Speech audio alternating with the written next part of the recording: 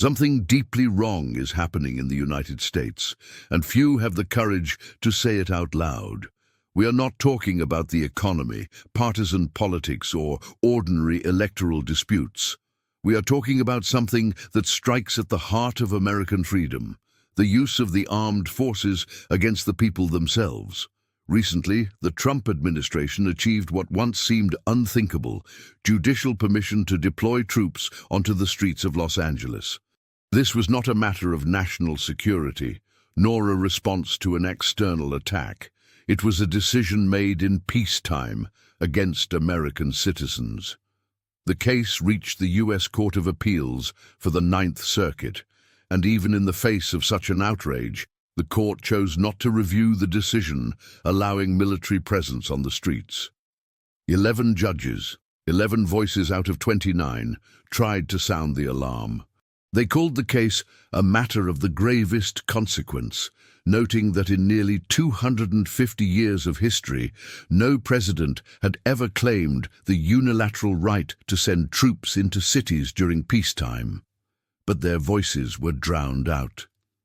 The majority chose silence. And that is where the real tragedy begins, when the institutions meant to protect the people fall silent in the face of power. These dissenting judges put into words what many Americans feel, but few dare to say. The current government has crossed every boundary of common sense, legality, and democratic tradition. Trump claims to be acting to restore order. But what kind of order is imposed by military force? What kind of peace depends on soldiers patrolling American neighborhoods as if they were enemy territory? The protests that prompted this action were local, temporary, and could have been resolved under state laws, as has always been done in American history, yet the president chose to use the army. And more, he repeated the same flimsy justification to threaten other cities, including Washington, Portland, Chicago, San Francisco, New York, and Baltimore. This is not leadership, it is coercion. This is not patriotism, it is an abuse of power. The Founding Fathers built a nation on the idea that the military exists to protect the people, not to control them. The use of the armed forces on American soil against civilians was so unthinkable that the Constitution itself imposed strict limits.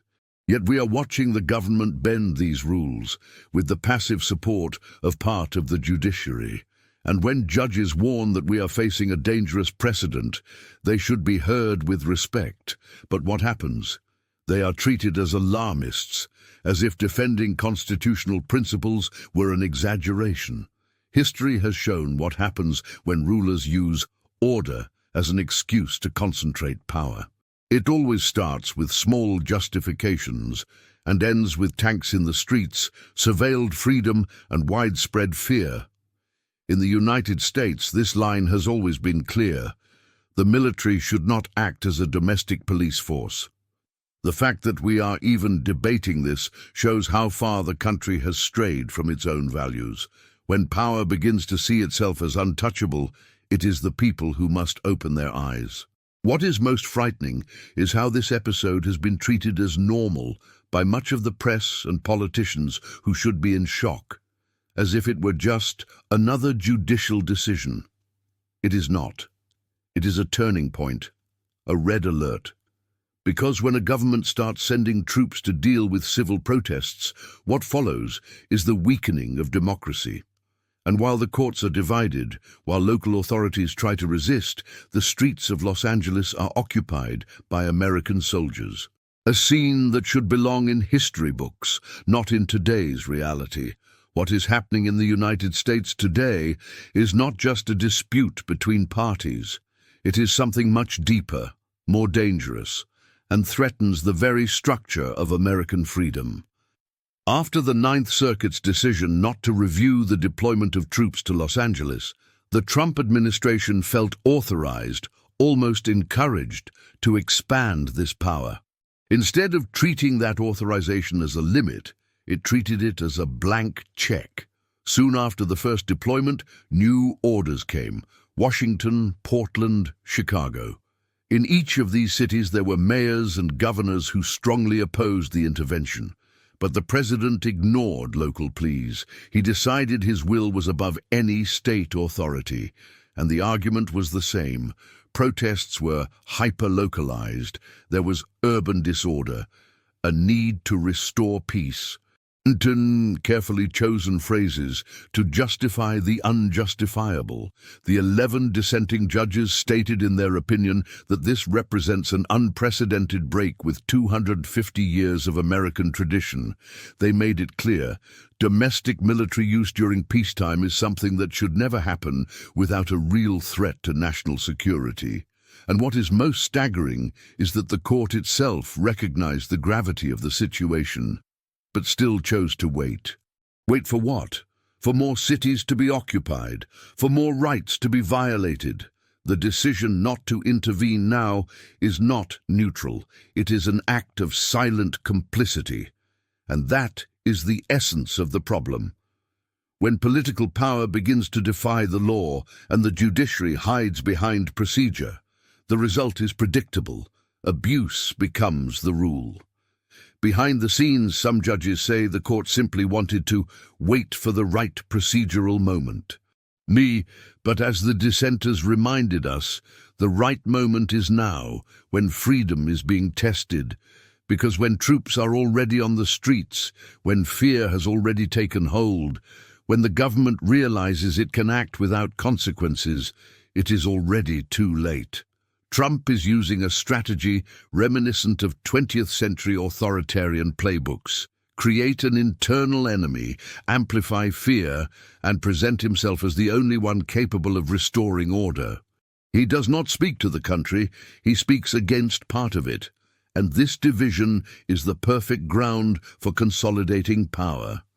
In Los Angeles, the justification was chaos. But what actually happened was a series of peaceful demonstrations, with only a few isolated episodes of violence.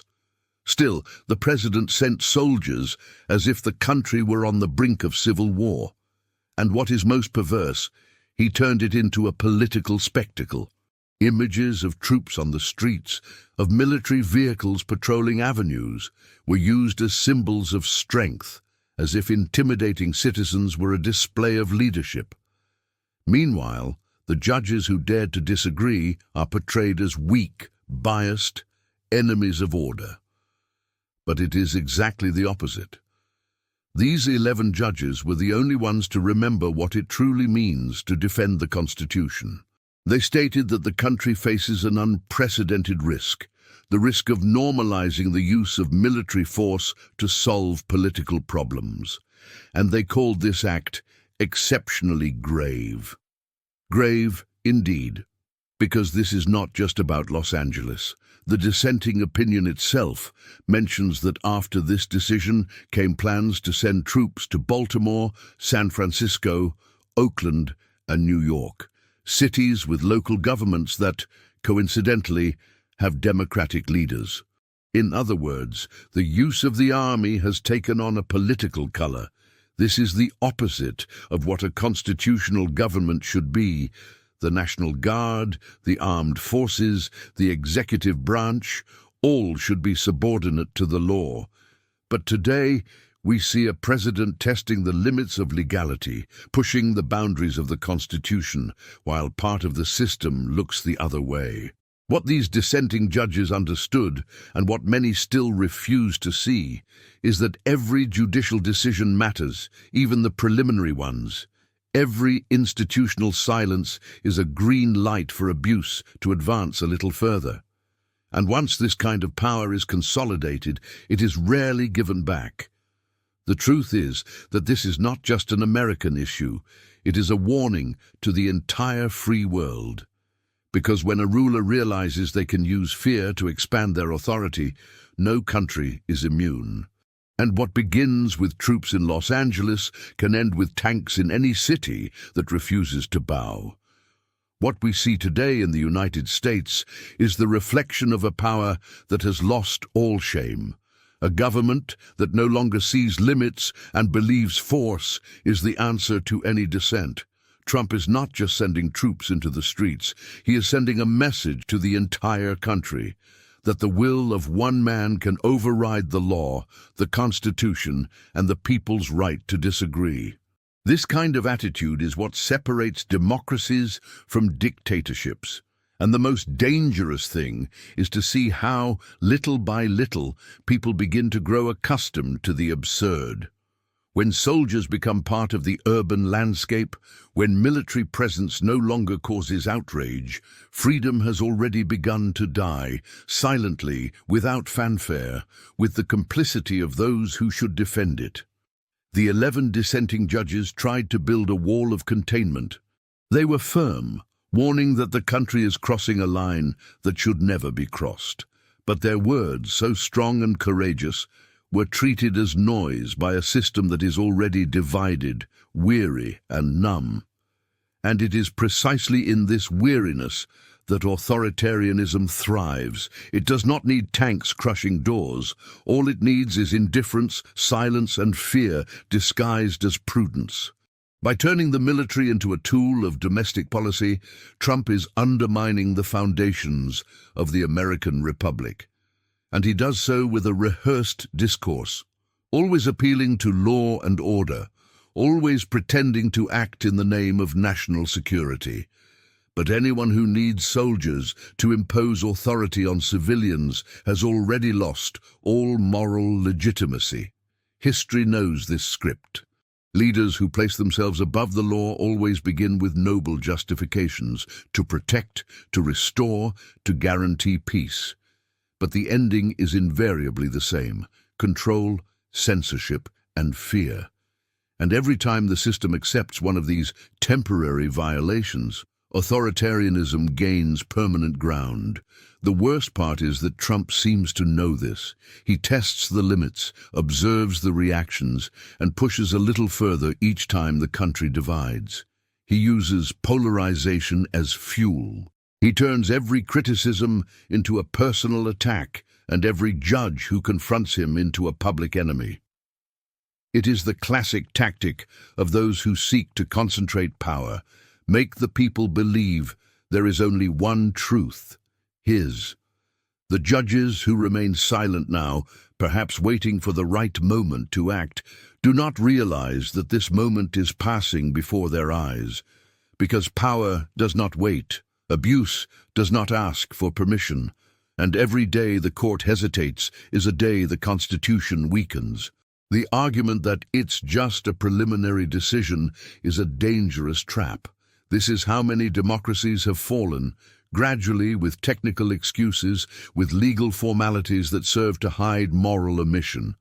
Meanwhile, the government entrenches itself as the supreme arbiter of order, and any resistance is treated as a threat. And the saddest part is that much of society, tired of the chaos, accepts the discourse of stability as consolation. But stability obtained by force never lasts.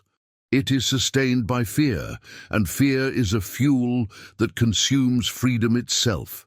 Today, in Los Angeles, soldiers patrol the streets under the pretext of ensuring security, but what they are really ensuring is the dominance of a government that has learned to use the military apparatus to intimidate, not to protect.